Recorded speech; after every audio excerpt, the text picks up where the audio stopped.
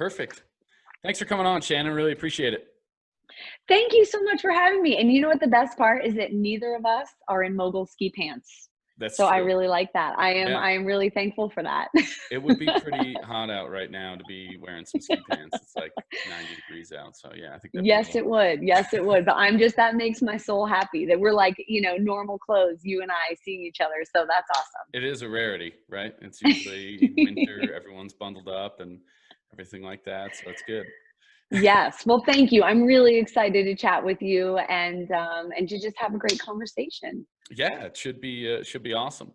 Now, you have had such in my mind, a successful career, not only on the slopes, but also off the slopes. And one of the things is I've kind of was doing some research that I found was really interesting is you find that time and place when you're done skiing, right?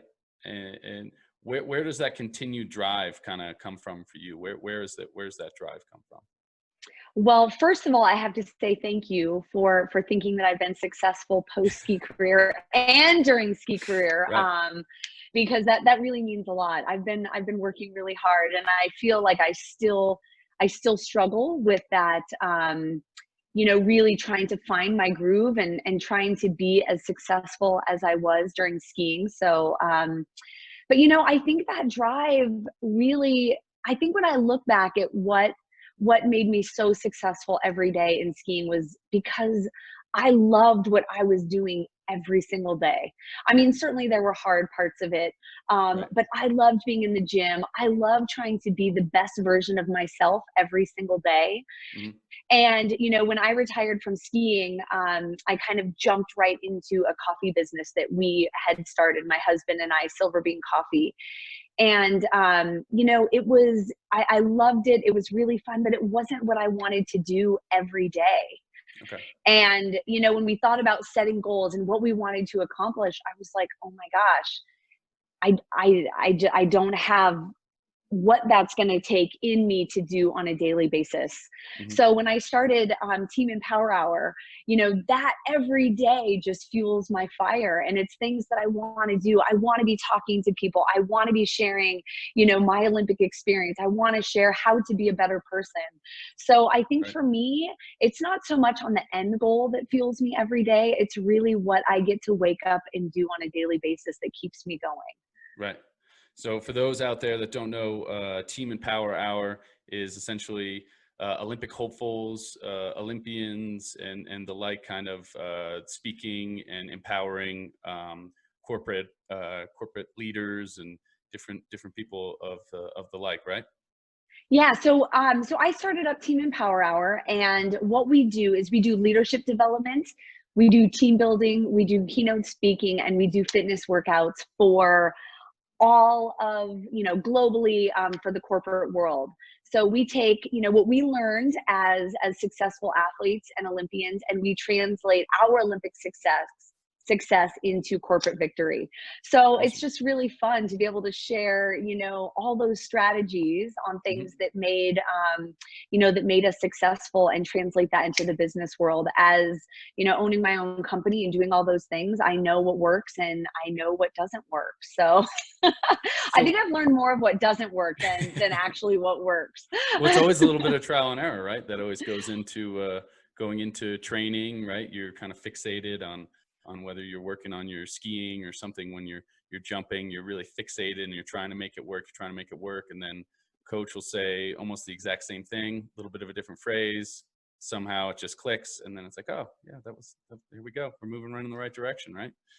Yeah, I think that's been the most fun part about what I do now is, I relate it so much back to our coaches, because our coaches can tell us the same thing over and over and over. And then somebody tells you essentially the same thing, but just in a different way that makes it work for us. And then you're Right. like, boom, oh my gosh, like you said, like that aha moment clicks. Yeah. And so I really try, whenever I'm relating the stuff that we did into people's businesses and into their companies, Right. saying it a few different ways so that it can connect with so many different people. You know, so many people are visual learners. Hmm. So many people, you know, follow by doing and having it have to be explained to them. So it's really fun for me to try and connect all those dots Yeah. and make it work for everybody.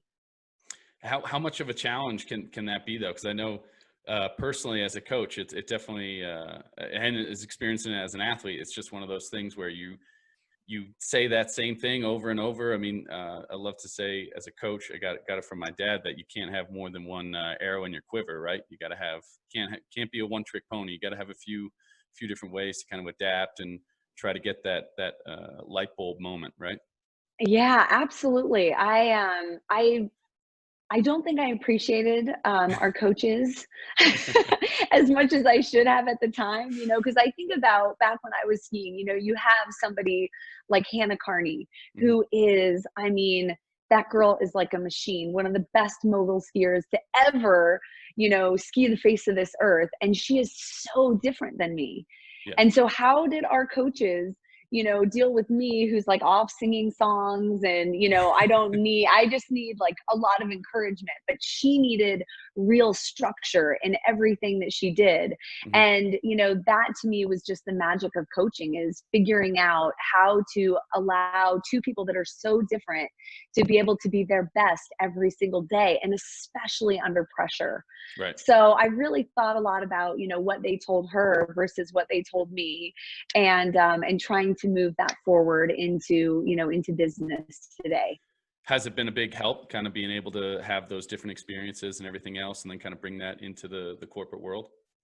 Yeah, absolutely. I mean, I tend to, I always say that I'm a fly by the seat of your pants kind of gal, you know? So whatever people are like, well, do you need this? And do you need this? And I'm like, well, that would be nice. But if I don't, it's okay. We just, you know, I improvise and move forward. Hmm. And I think that's what's really allowed me to be successful beyond skiing, is because I do have such a focus and such a goal.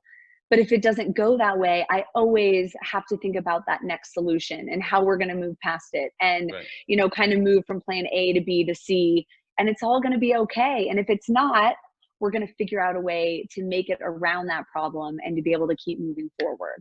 Right.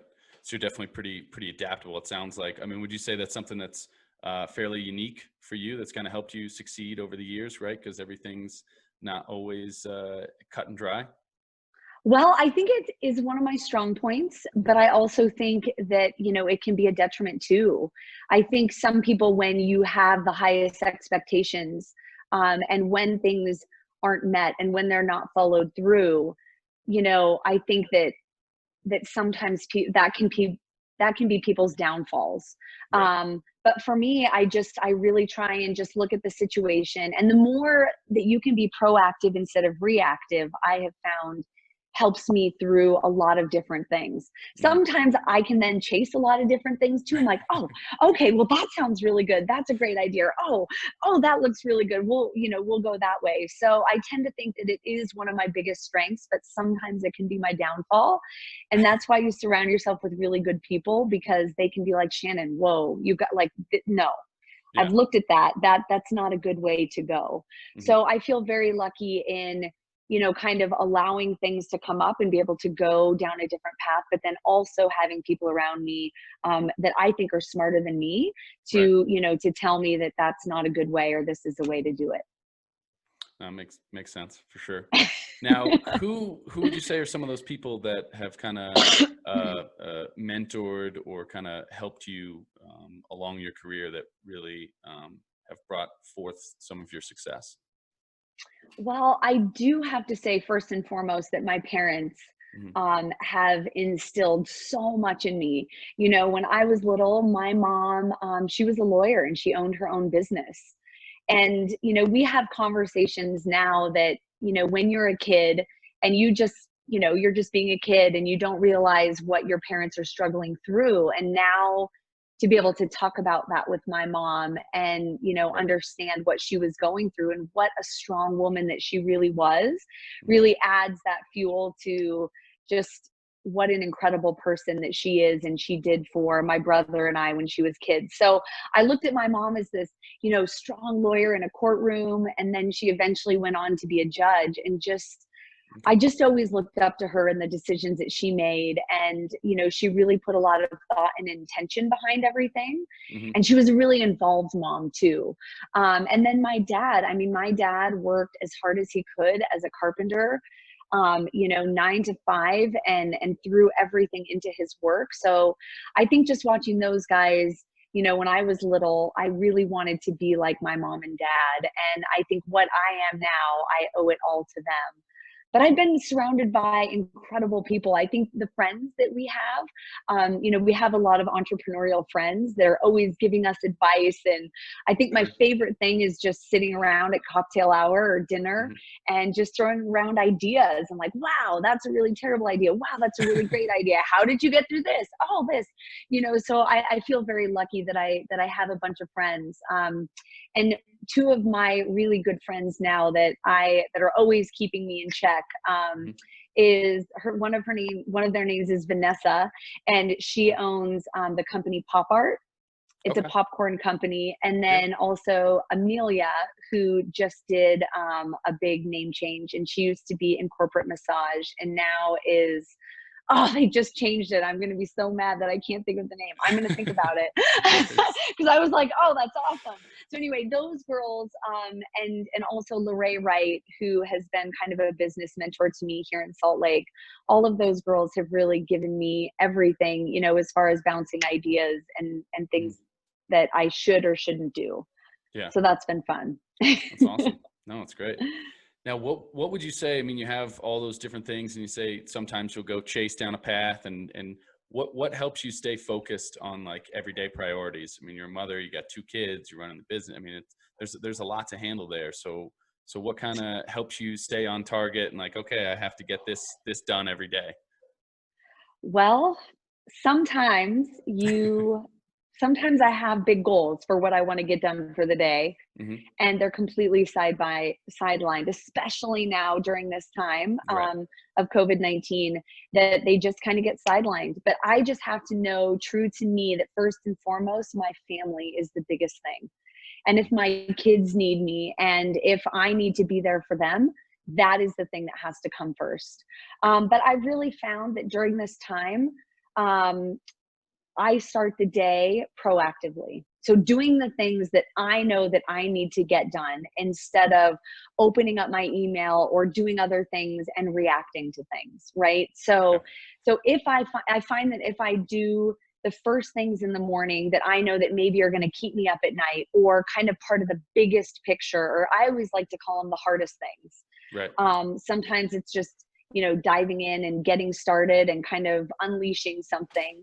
But those are the things that are most important to me. And I find that getting back to people or doing something on somebody else's agenda can kind of send you, you know, all over the place. So I start the morning proactively and then reactively with my kids. So it's very and proactive. usually I get somewhere good by the end of the day. You know, I've accomplished some things and, you know, have been able to be there for my family too. So that's kind of how I'm living my everyday right now. Start off proactive and then kind of go from there. Right. Okay.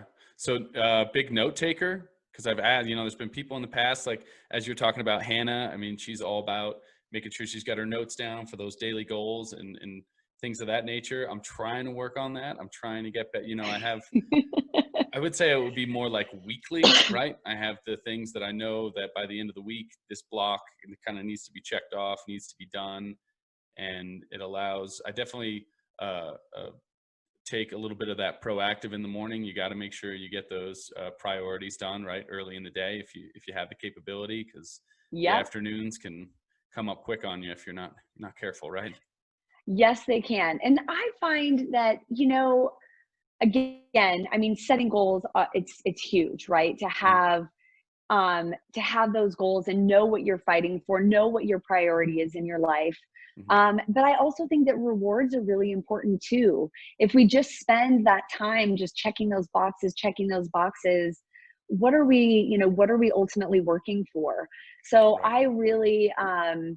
I am really a big believer in being able to give myself something for accomplishing that. And for me, as an, you know, as an athlete, you know, to me, that means getting outside and exercising, or, you know, having this awesome experience with my kids, you Hmm. know, going on a camping trip, but knowing that when I'm working so hard, that there is going to be that reward that's really true to me Hmm. and what I'm fighting for and what I'm working for. So I find that's really important. But I do find that I write lists on everything, right? And I'm Hmm. trying to be better about that too. I've got like the back of the envelope, the bills over here, and then I've got like something, you know, in email that I need to do. But I've actually been working with this really cool product called Trello, and that has been helping me a lot. It's called Trello? Trello, and that has been that's been a really big help for me. And what is it? So it's an app that you can Okay. have on your phone or on your computer. And for me, I use it in my business for our sales pipeline. So Okay. whenever we get an incoming call, but you can also write all your notes down, or type all your notes down, and then you can move them along in a series. So like, I'm working on this. This needs a little bit more information. I need feedback from this person, or done, check the box, and then it goes away. So it's Okay. a really nice way to kind of, you know, do a lot of different tasks. I have my grocery list on it too. Hmm. So I can type it in my computer and then go to the grocery store and know all the different things that I have to do there. Yeah. And you can sync it to your calendar. You can add in documents. You can do Google stuff with it. So I find it to be, I'm learning how to use it and Yeah. be more efficient at it. But it's been a really, really nice thing in my life to have. That's good. Yeah. No, it's funny with the Look into it. It's I awesome. will. No, I wrote it down. I'll definitely look into it. That should help. It's funny with the groceries. I feel like there's so much more of a priority on making sure that everything's set up when you go to the grocery store now. Like, luckily, Yes. my fiance, you know, writes it down, has everything cut in half. It's like, okay, you get these specific items. This is your list. The amazing thing is that I'll still forget. It's on the I, list, and I'll be like, she's like, it's on there. How could you forget it? And I was like, I don't, you know, I thought I got it. well, my husband sends me to the grocery store for like two things. He's like, here's two things. And then I come back with one of them. He's like, no, seriously, two things. And I'm like, I know, I got sidetracked. But this is really cool. So you can keep your entire list of things that you need, and you can break it up into produce and like, you know, however you want to do it. And then whenever you're at home and you're like on the toilet and you're like, oh my gosh, I don't have toilet paper, then you, as soon as you're done, you can go into Trello, click toilet paper, and then it's just like on the list. You don't have to remember. And then when you get there, you're like, oh yeah, I Right. remember that I have to get toilet paper. And then if it's out, I don't know what to tell you, but at least it was on your list. Exactly. At least you had it on the list. At least you had it on the list to start with.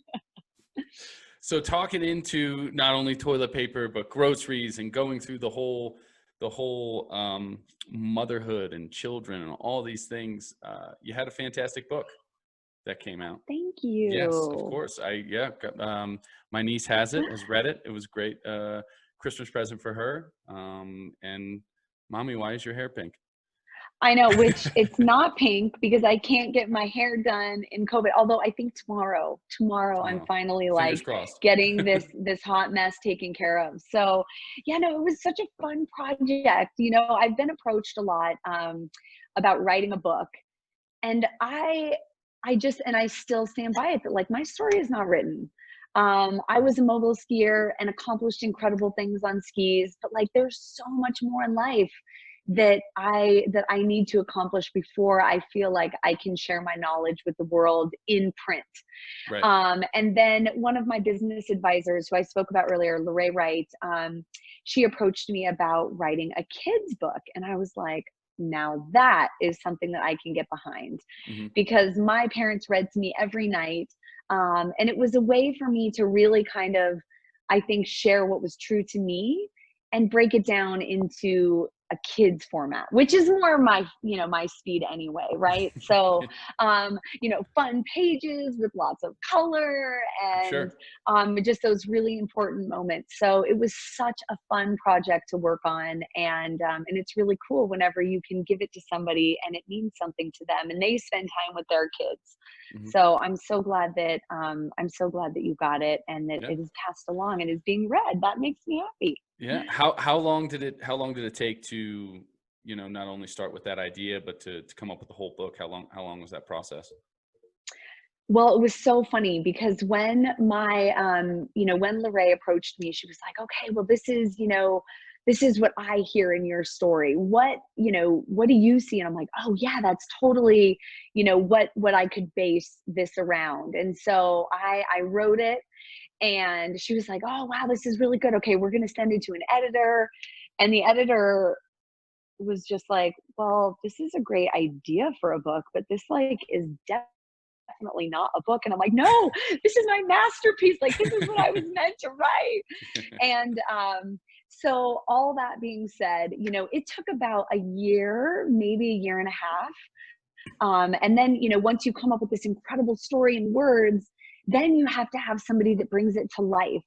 Right. And so we were so lucky that we found this incredible illustrator. Yeah, they're awesome. And Illustrations are oh great. my, thank you. I Yeah. know. And I was so hard, right? Because some of those things you talk about, what we had written about is our inner light and Mhm. how it shines. And I'm just like, oh my gosh, excuse me, how is she going to put that into pictures, And I'll never forget the first time that she sent over the rough drafts, the different pieces and what pages they would go on. I literally burst into tears because I was like, oh my gosh, Ingrid, Yeah. this is amazing. Like, you did it. You brought, this vision and my words and ideas into life, and you are allowing kids now, to connect with that. So it was really a special project. And when you open it for the first time and you look at this book that's a finished product, it was really a magical journey.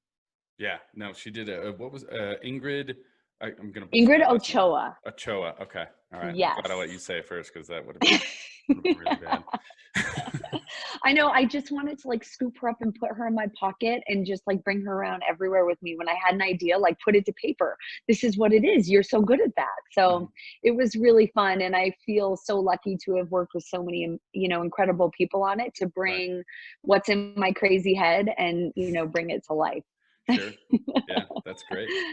No, it's interesting. I mean, you always talk about those dreaming big, right? The books, and then Silver Bean Coffee. You ended up coming up with that while you were still competing, right? Didn't you get? I might be wrong here, but didn't you get hurt in fall Yes. camp or December or something like that? Came back and then decided to start it.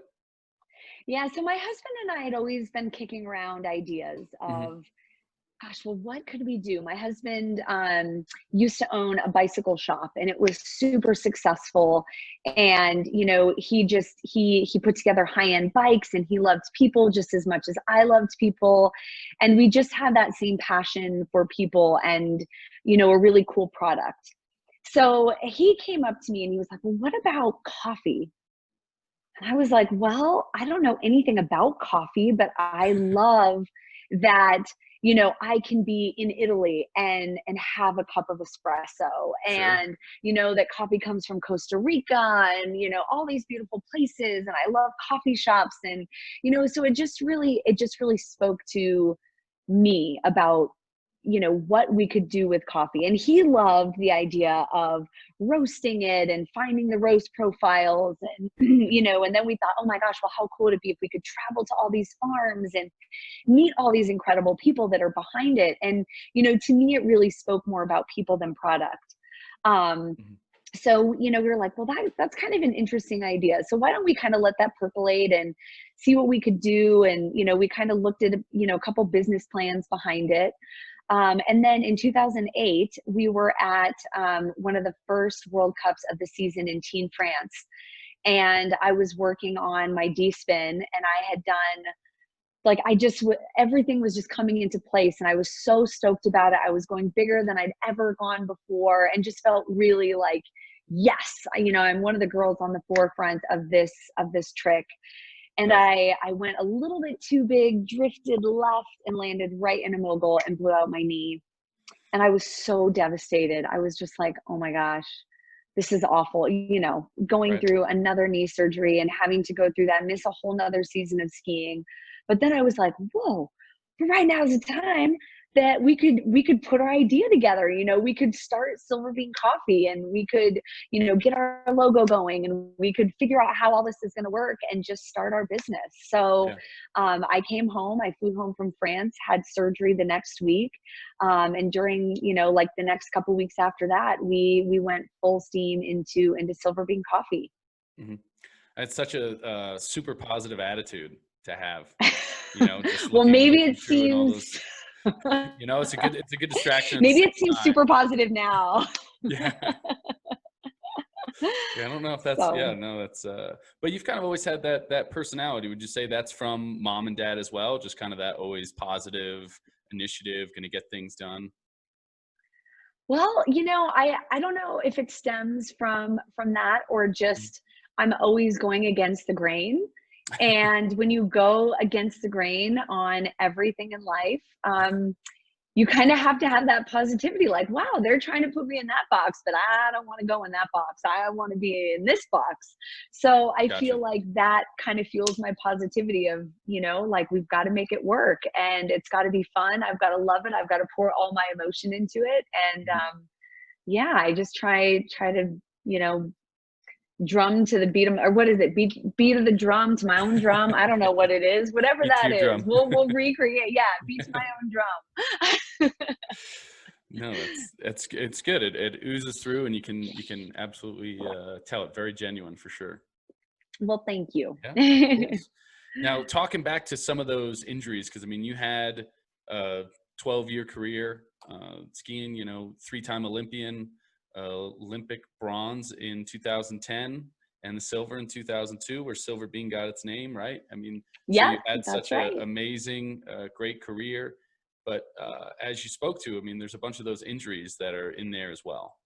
Two knee surgeries, you broke your jaw, you had a ankle injury, you had a shoulder injury. I mean, just to name a few. And then there's always a couple nagging ones every ski season, right? Nobody makes ski season unscathed. So That's right.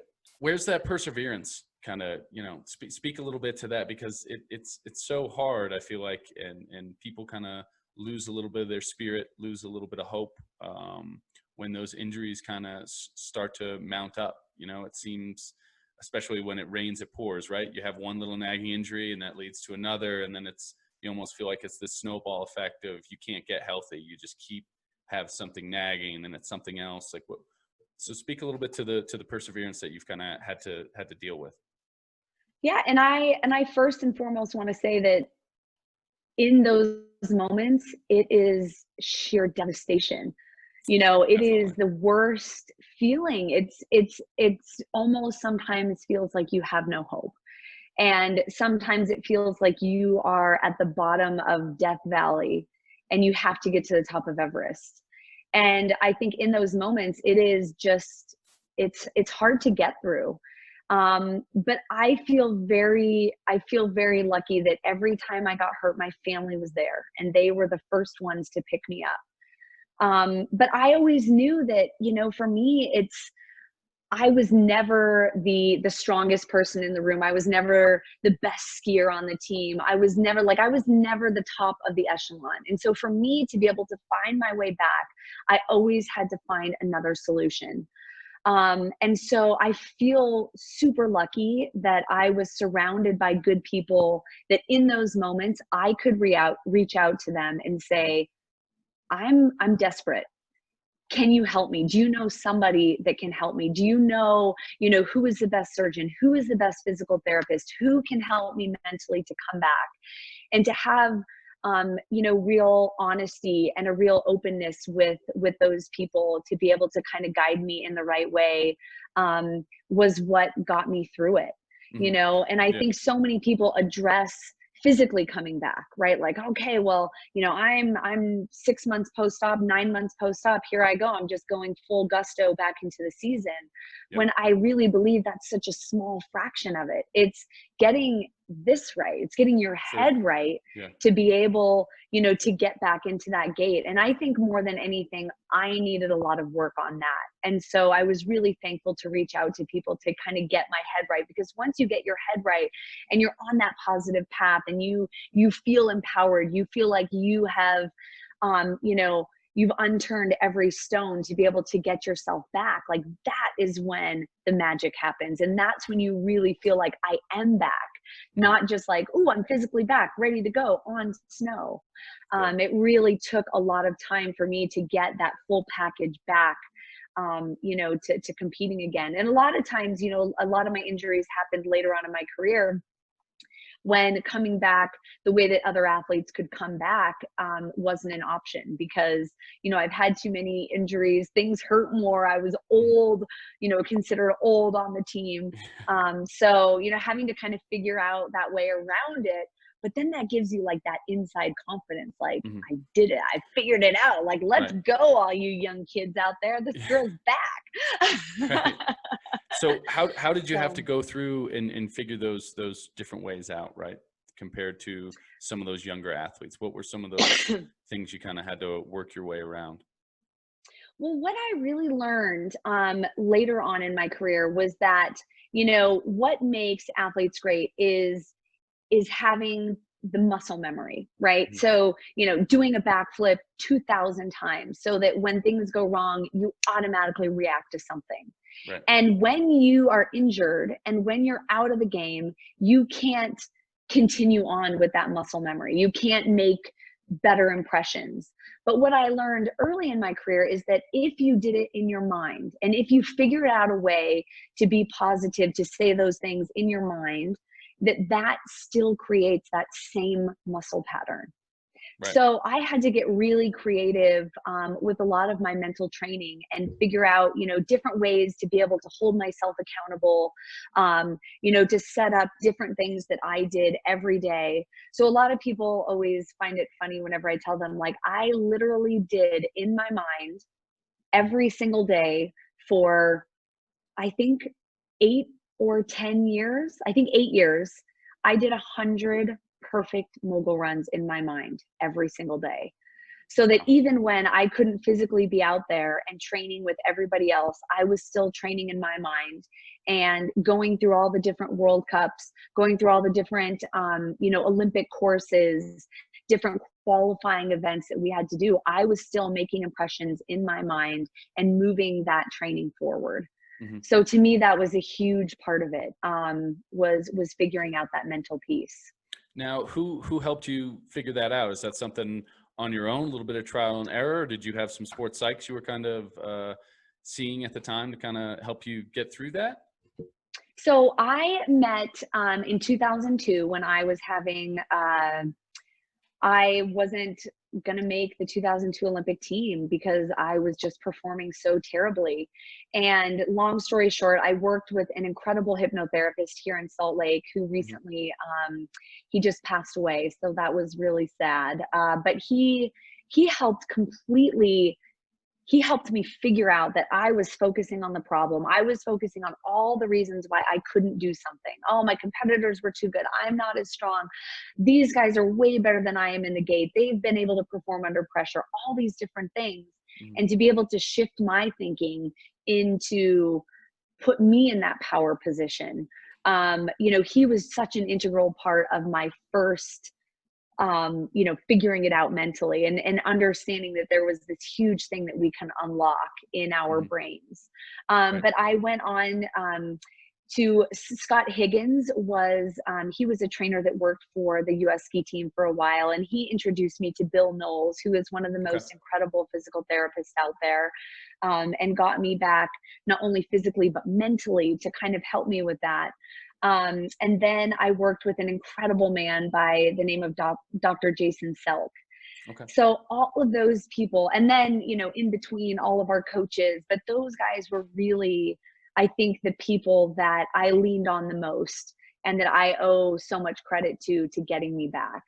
Right. To getting you into that right frame of mind and to be able to, it's definitely one of those things. I mean, I know when I was going through rehab for my knee at the time, and you have those few kind of lifelines while everyone's off skiing and competing.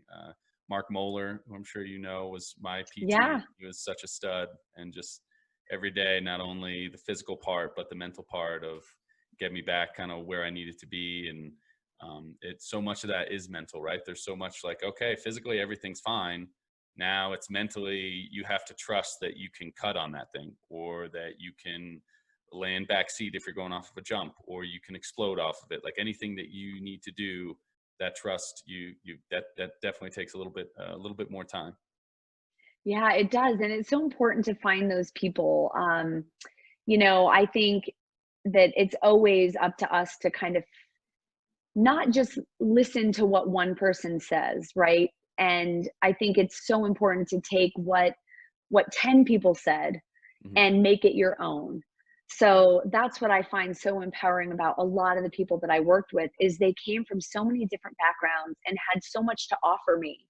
And I didn't just subscribe to one way of doing it. It was like, oh wow, okay, so he's going to help me with this part, but there's this whole other side that, I can kind of integrate those two things together and make it my own. Hmm. And I found that was a really powerful way of not just doing it what one person told me to do. It was really thinking for myself and making that conscious choice of what I needed to do to get back in my own brain Hmm. that made it that much better whenever I got back in the gate again, to really be authentic to me and how I trained and how I wanted to show up to the mountain every single day. So that was really important to me. Right. So taking a kind of a piece from every different person, would you say that's something you just thought at the time to do, or is that something you've kind of always used to kind of help you succeed? Right. I mean, obviously that leads to couple of your best seasons of your career. 2003 overall World Cup champ. 2002 you get the silver medal. I mean, so did that kind of spark it going into that season? Like, all right, this isn't working. Maybe I'll take a little bit of this, a little bit of that, and that's what it's going to take. Yeah, I mean, I think that's the magic in what we do, right? Mhm. Whether it's in athletics or whether it's in business, I find that, when people read books and they're totally bought into this one way of doing something, that's the only way. And when things maybe don't work out like they need to, or, start shifting a little bit and other skill sets need to come in, and maybe they have to have a different mindset, that now suddenly that doesn't work anymore. Mhm. So what I found so powerful about taking bits and pieces is, sometimes it didn't all work. And I Right. think that's okay. You Yeah. can subscribe to something that you believe is going to work. And then when it doesn't, you have to let it go a little bit and Right. maybe shift your thinking towards another thing. Mhm. So, I like same thing in training, right? We're training and we're like, oh man, this is exactly what's going to work. And then you get into your run and you're like, oh my gosh, just what I did in training is not going to work. So I have to like, right in this moment, in this split second, figure out something that does. And so I like to think that having all those people combined, really made me just that much more confident and courageous in my own abilities. Right. And it sounds like a lot of adaptability too, right? If it doesn't work, kind of time to move on. What's the next thing going to be? And really that's kind of happened throughout your career, right? I would say also similar to when I got into the sport, people, were doing spread eagles and twisters. Like a heli was like a 360 for those out there. So big. Was like a really big deal to do that. And then by the end, it's like cork 14, cork 10. Like I just got into this to be the best skier. I didn't realize I was gonna have to do all these acrobatics and stuff like that. Like this thing's totally changed. Like quad twister used to be a big deal. Now it's, Yeah. back double fold, cork 10, and you were kind of part of that forefront, right, of having to adapt and get your run to a better spot. Because I mean, similar boat, you're doing twisters, and then end of your career you're doing D spins. Yeah, no, it was a big shift. And I mean, I'm always honest with people when I say, like, I was not a very good jumper. I mean, that was when if the one really big weekness that I always had was my jumping. And I knew that from when I was little. Right. Like so for those of you guys who don't know Same at club. home, my brother is an Olympian in the sport of aerial skiing. So he is a phenomenal jumper. Everything. Like when we were little, we had a trampoline. I was doing spread eagles. My brother taught himself back double fulls. Mhm. Nobody taught him that. He taught himself that.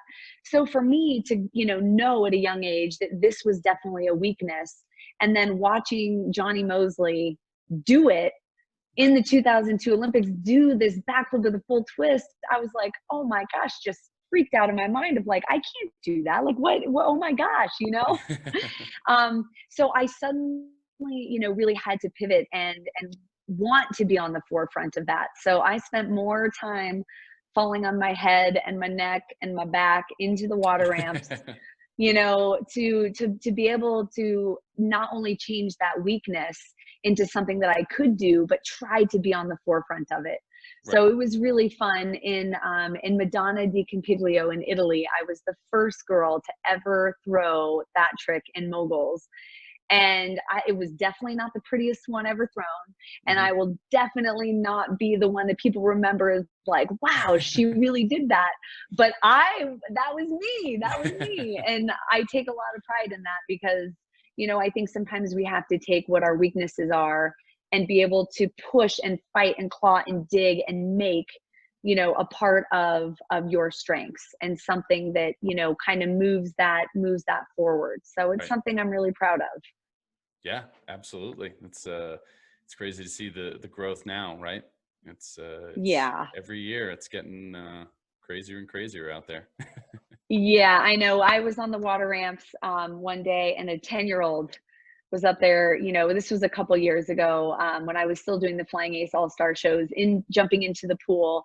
And I did a show with this 10-year-old little kid. He comes up next to me and I'm like, oh, well, what are you going to do? He's like, oh, a cork 1440. And I'm like, okay, I think this is when I retire. I think this could be my last day of jumping. And that was the last show I ever jumped in. I'm like, okay, the old lady, we just need to give it to the kids now because I'm no longer relevant. So No, that was it. That was yeah, it.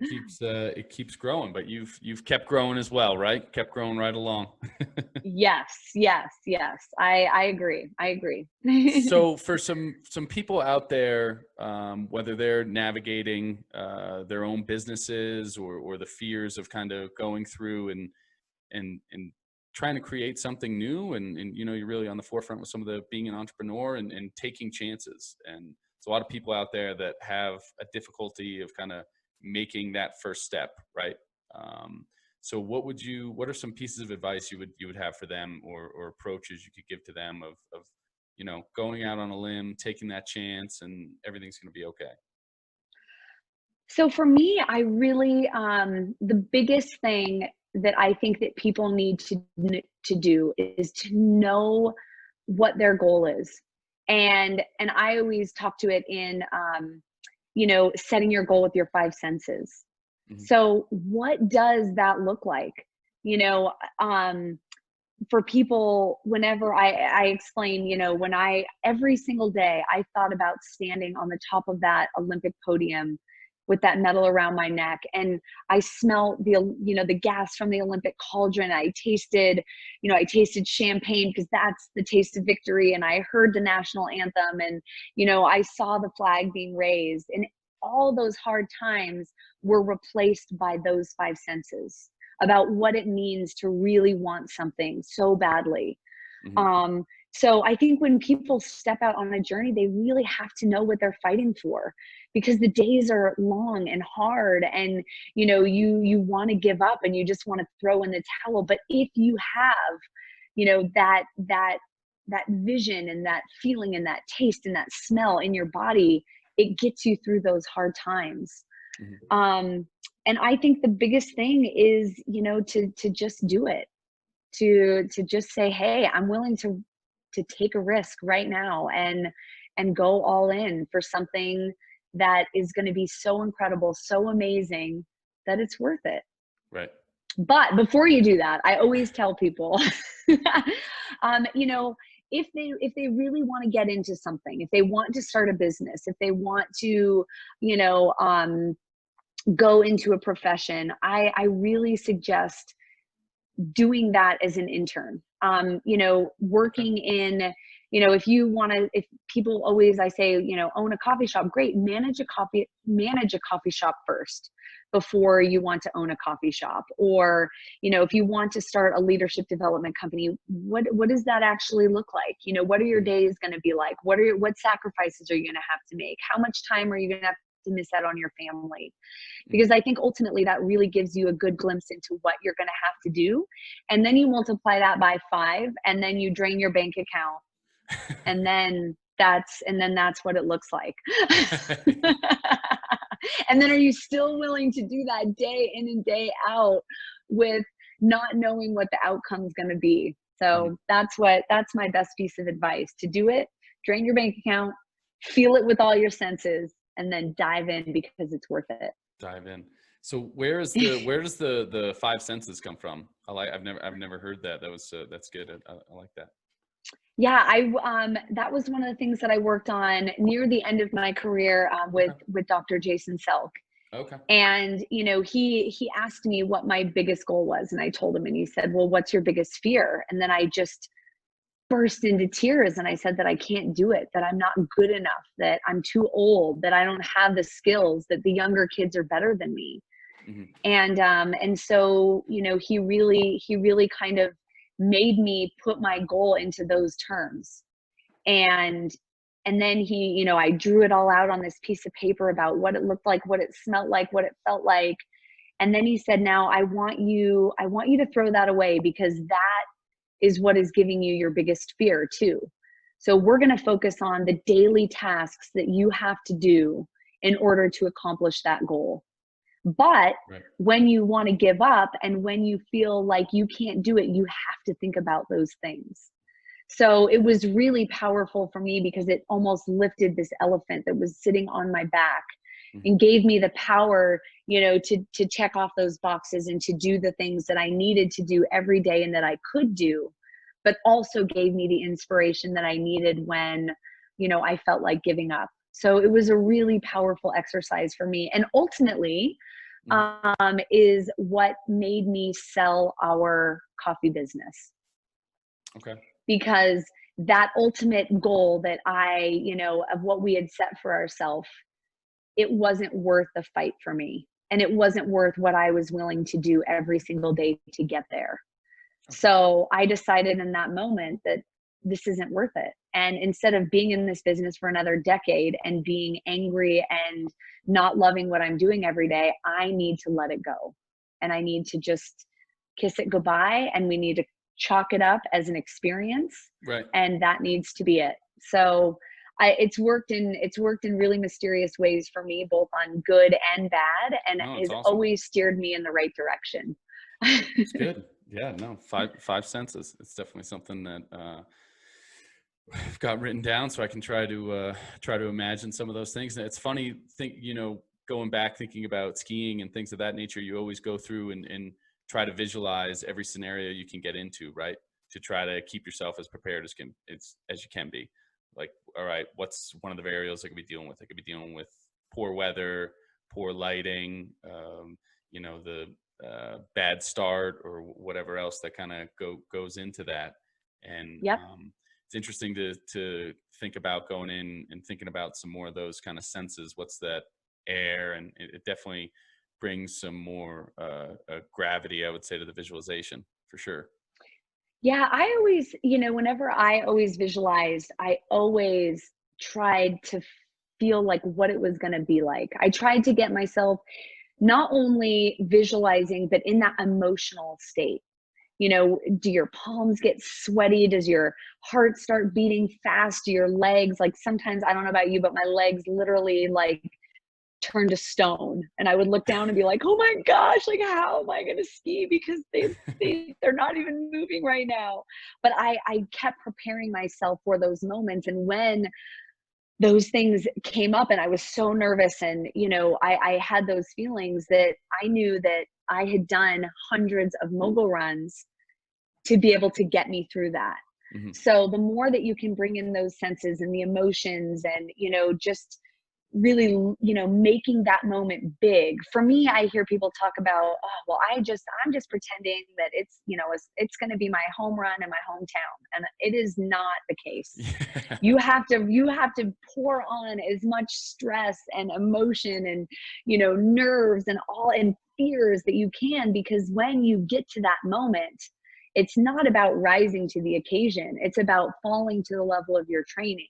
Right. And so I feel like that got me so prepared for those moments. And I really try to do that in business now. When I go and do a keynote speech in front of 1,000 or 2,000 people, I'm not like, oh, I'm just going to imagine everybody naked, because nobody's naked. And Right. there's 2,000 people there that are expecting me to be great. And I have to live up to that expectation. So I really play with all of my senses and everything that I do and make sure that I'm as prepared as I possibly can be. Right. How much would you say going into some of that keynote speaking and stuff like that has kind of helped with being done as a competitive athlete, right? Because you still, public speaking and going thin, talking to those people, you gonna get those same goosebumps and things of that nature, right? I mean, it's definitely one of those things. I mean, they say that's higher than death, right? People are more afraid I to love speak in it. public than death, which is just shocking to me. Well, okay, so now I do get it, but I also talk to people about that if you feel that way, it's because you're not prepared. It's Mhm. because you haven't done the mental and emotional preparation that's needed to overcome your fears, right? Right. So people always talk about like, oh my gosh, I could never be an Olympic athlete in that sport because that's so crazy. I'm like, well, yeah, you couldn't do that. But if you went through the years and years of preparation and focus and honing in on those skills and taking it step by step, absolutely. Right. And same with public speaking, yeah, just getting out on a stage in front of 2,000 people is so scary. But when you put in the work and the material and you kind of harness those emotions in that mental state, there's nothing more powerful than that, to Yeah. stand up on stage and connect with people and share that story. So and people are like, wow, well, I've never really thought about it like that. So Mhm. it's all about in the preparation and laying the groundwork and know what it takes to get onto that goal and overcoming those fears. Yeah. So I love it. It's awesome. You get the nerves and everything's going and my legs feel like they're going to fall, they're already stone again. And then you get up there and, sometimes it's amazing and everything comes out right. And then other times you stumble a little bit and you're Yeah. like, oh, that was not a winning performance. But, that's what keeps going. And you get better and better at it. So it's something that I really love. Yeah, there's always something to pull from every performance, right? Yes, yes. I'm thankful that you can't just fall completely flat on your face and blow out your knee in public speaking. So that's good. I call that a Yeah, win. definitely. So any books on public speaking or anything like that that have kind of helped you not only during your competitive career but after that you really have kind of been near and dear to your heart? I've been trying to get a few more books. That's been especially with COVID and everything that's been going on. I've been trying to juggle a little more reading to fill Yes. up my time. Oh my gosh. Well, I have to be honest. It is one of my favorite things that I used to do all the time was reading all kinds of books, business books. But I find that now when I read them, my mind just starts going, going, going. And I'm like, oh, okay, I need to do that. Oh yeah, we can implement that in the business. And like, oh yeah, I need to be working on that. So it's really hard for me because I can't do that. Like I need my sleep more than anything because it's one Mhm. of the things that I don't get enough of.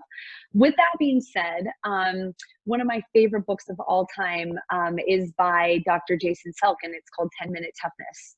And it really kind of helps you strategize about putting a mental training plan into place. So it's not just telling you like, wow, these are the things you need to do.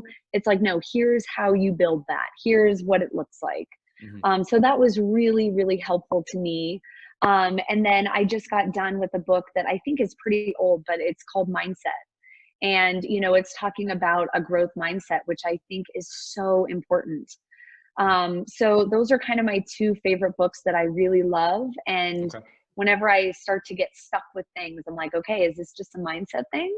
Or Yeah. am I not, preparing for really what I need to do? But I have literally like a stack of 100 books that I really want to read, and probably won't get through until my children are 18, but that's okay. Yeah. You read them and then you give me the cliff notes, and then we'll be all good. Okay. Hey, I'll do my best. I've doubled up. So not only am I getting the reading in, but I've also gotten into to the audiobooks. So the audiobooks Awesome. have been a big help. Actually, Doug Wren, who was on one of our prior shows, Moonwalking with Einstein, which has been a really fun one about memory. And New York Times writer goes in and kind of, gets into this whole world of memory. So it's pretty wild, and it's been a good read. So That's awesome. Okay, well, we're gonna have to share books. You yeah, let me know which ones, and I'll then definitely give keep me you in the good bits. Well, Shannon, I appreciate you taking the time coming on here. Anywhere people can reach you, shannonbahrke.com. Yes, and see, this is perfect timing because my little guy is just kind of. Can you say hi, Tucker? Can you say hi, Bobby? This is Tucker, not hi, Tucker. This is Tucker. Hey, Tucker. Yeah, so I have two websites. I've got my personal one, which is shannonbahrke.com, Mm-hmm. and then my Team Empower Hour one, which is teamempowerhour.com.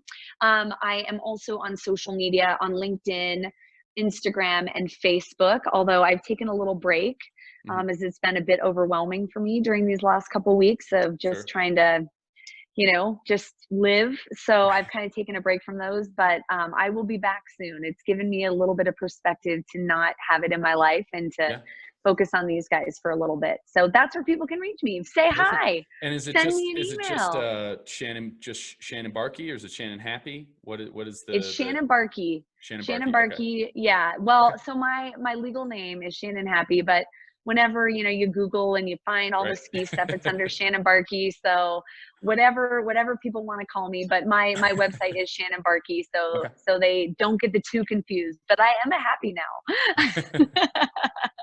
Perfect. Well, so it's Shannon, awesome. thanks again for taking the time, and Tucker, hopefully we'll have you guys back Say on again hi. soon. I know he can't hear you because I've got the earbuds in. Oh, So that's right. thank you so much. I know he's like, what? I don't know who she's talking to. Well, thank you so much for having me on here. And I wish you the best in everything you do. And go mogul skiers. Awesome. All right. Thanks. All right. Bye, everybody. All right. Bye, Bobby. See you later. Bye.